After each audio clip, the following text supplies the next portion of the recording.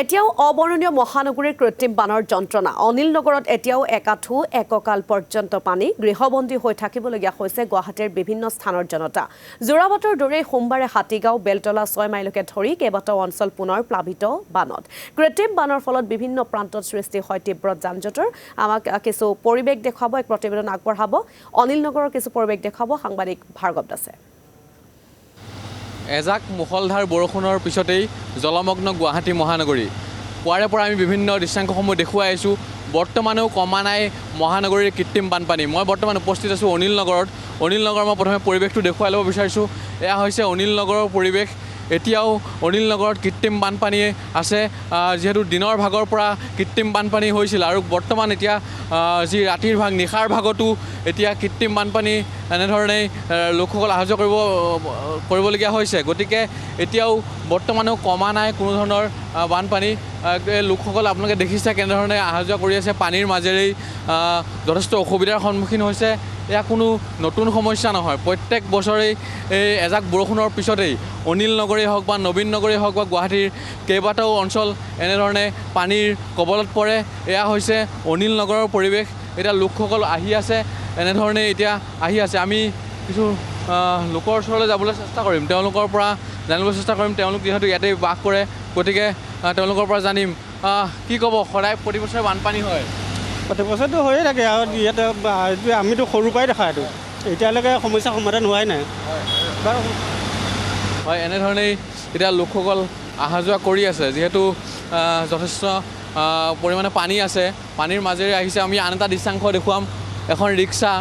আমি যিমান পাৰে আমি সম্ভৱ আমি দেখুৱাবলৈ চেষ্টা কৰিম এখন ৰিক্সা তেওঁলোক ৰিক্সাৰ যাত্ৰীসমূহ আনিছে পানীৰ ওপৰেৰে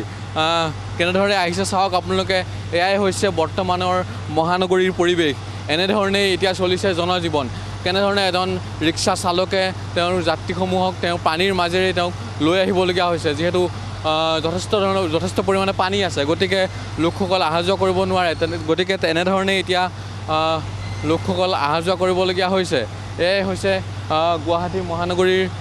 পৰিৱেশ এয়া অনিল নগৰৰ পৰিৱেশ একাঠু পৰ্যন্ত পানীত এতিয়া অব্যাহত ৰাখিছে জনজীৱন এনেধৰণে এতিয়া চলিছে বিভিন্ন সময়ত মন্ত্ৰী হওক বা গুৱাহাটী পৌৰ নিগমেই হওক বিভিন্ন ধৰণৰ মন্তব্য কৰে বা তেওঁলোকে বিজ্ঞানসন্মতভাৱে হ'লেও কৃত্ৰিম বানৰ নিয়ন্ত্ৰণৰ কথা কয় কিন্তু সেই কথা যেন কথাই হৈ ৰয় গতিকে এনেধৰণে এতিয়া চলিছে জনজীৱন আমি আন এজন ব্যক্তি আছে তেওঁৰ ওচৰলৈ যাবলৈ চেষ্টা কৰিম কি ক'ব প্ৰতি বছৰে এনেধৰণে বানপানী হয় কি ক'ব আৰু ক'বলগীয়া একো নাই বৰষুণ দিছে পানীটো হ'ব এই ডাউন জেগা মন্ত্ৰী এম এল এ তেওঁলোকে সদায় প্ৰতিশ্ৰুতি দিয়ে যে কৃত্ৰিম বান ৰোধ কৰিম কিন্তু এইটো নহয়গৈ মন্ত্ৰী এম এল এ যিমানখিনি পাৰে সিমানখিনি কৰিছে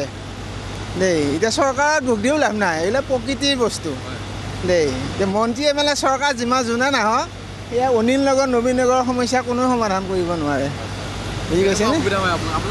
আমাৰ কি আৰু অসুবিধা মানে এই 2 ঘণ্টা 3 ঘণ্টা সিমানখিনিয়ে অসুবিধা তাৰপিছত পানীটো সিঁচি ওলাই দিয়াৰ পিছত একে হৈ যায় আৰু নৰ্মেলে হৈ যায় কিন্তু অইন বছৰত কৰা আপোনাৰ এই 2011 চনৰ পৰা আজি 2026 চন পালে আহি কিন্তু তাৰ আগতকৈ এতিয়া বহুতখিনি সুবিধা হৈছে পানী বহুত কমিছে বহুতখিনি কৰিছে হয় ঠিক আছে এনেধৰণে এতিয়া লোকসকল আহিছে এয়াই হৈছে মহানগৰ অনিল নগৰৰ পৰিৱেশ আমি আন প্ৰান্তৰ পৰাও দৃশ্যাংশসমূহ দেখুৱাই যাম বৰ্তমানৰ এয়াই হৈছে মহানগৰীৰ অনিল নগৰৰ পৰিৱেশ হয় ভাৰ্গৱ দাস আপোনাক ধন্যবাদ জ্ঞাপন কৰিছোঁ আৰু অনিল নগৰৰ সেই পৰিৱেশ দেখুৱাই আছিলে আমাৰ সাংবাদিকে